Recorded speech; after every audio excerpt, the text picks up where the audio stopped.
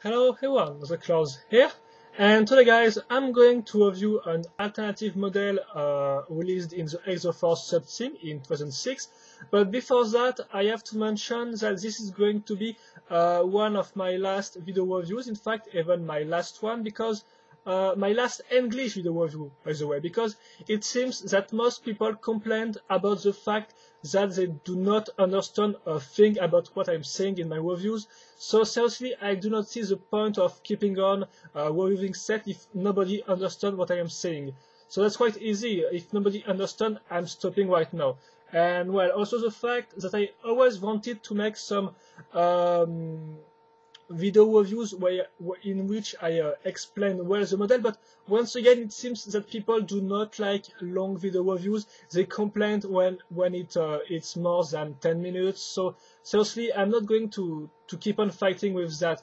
I try to make some shorter video reviews, but when I try to make them, I have to speak faster, and when I try to speak faster, even less people understand me. So seriously, as you can see, it's a vicious circle. I can't escape this thing, so I do not see the point of keeping on anymore. So this is going to be my last video review.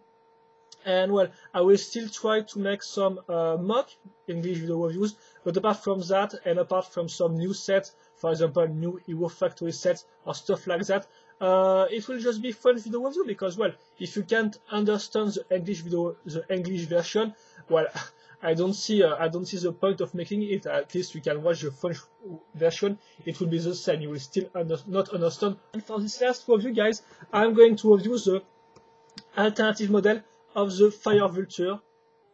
So the Fire Vulture looks like that, and its alternative model called the Overhawk looks like that.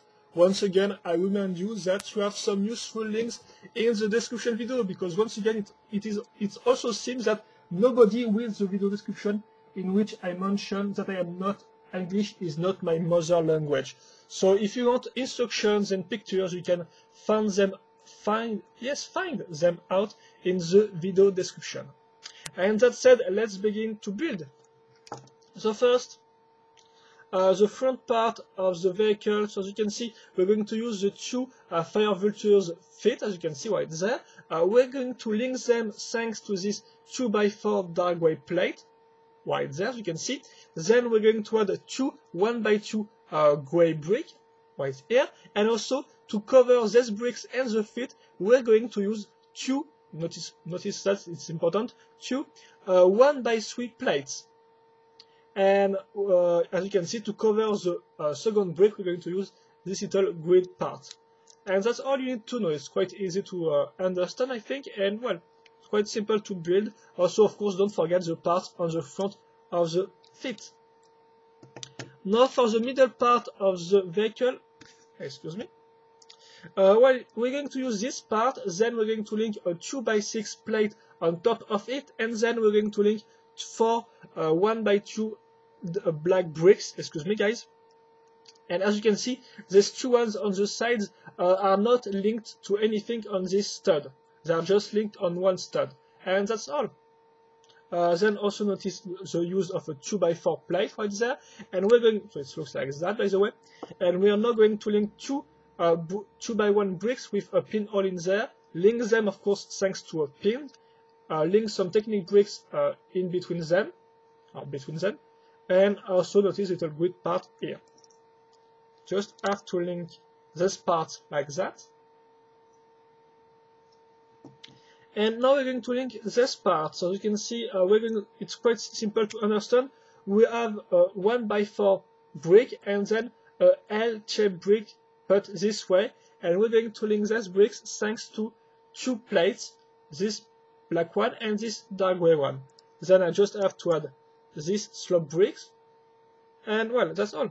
Notice that the black plate is aligned with this brick, and so this means it looks like that when you put these parts together.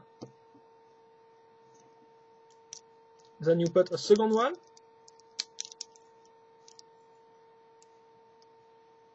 and finally you put these two other slope bricks on the sides.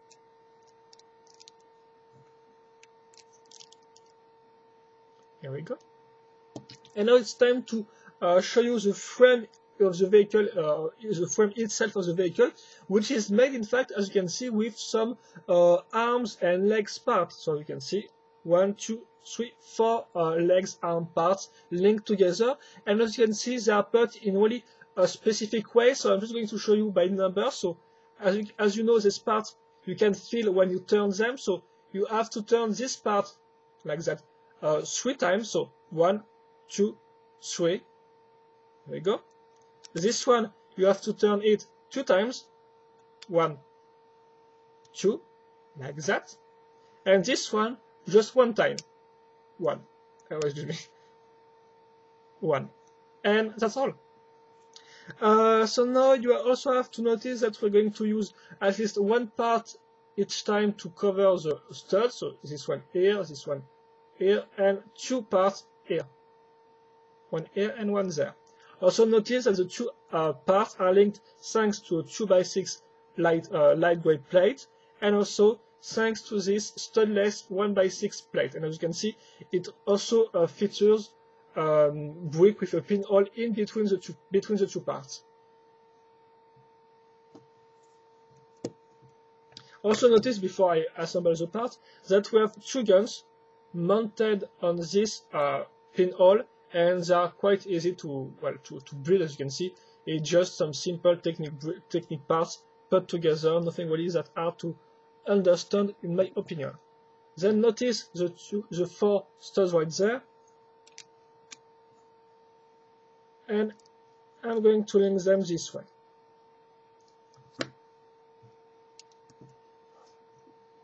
And finally, I'm going to notice this hole right here. I'm going to use it to put this brick in. So you have to adjust this thing a little, of course.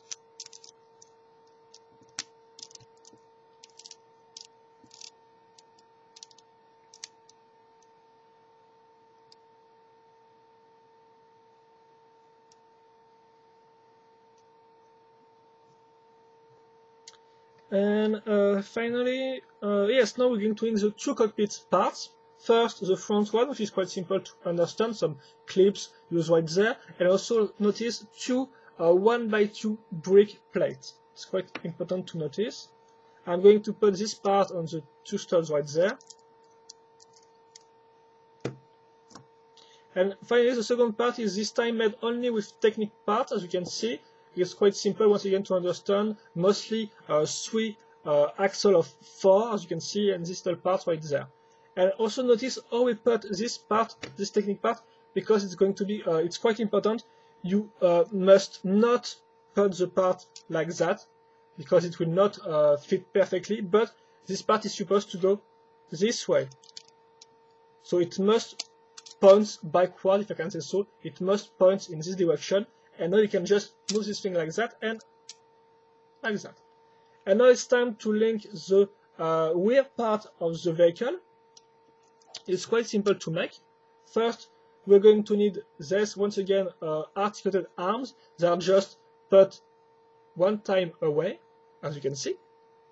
And well, we're going to link this part right there on the side, and also the 3 parts on the studs. Now I'm going to take this part, which is a brick with 2 pins molded in. On these pins I'm going to link these 2 hooks. And as you can see, just under it I have a brick with this blue part. So a brick, of course, with a pinhole, as you can notice.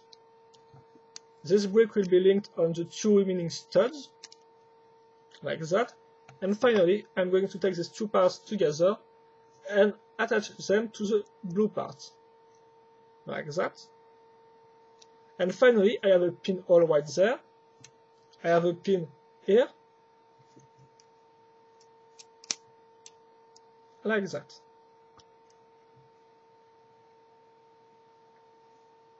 And here we go. The overhook is finished.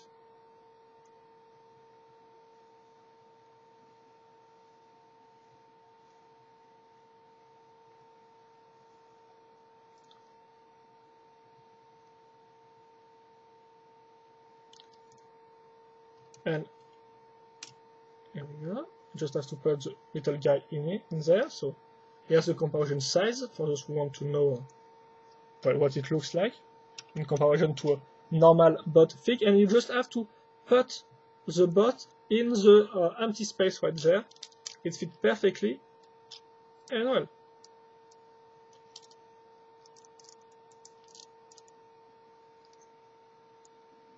yeah, like that, I guess.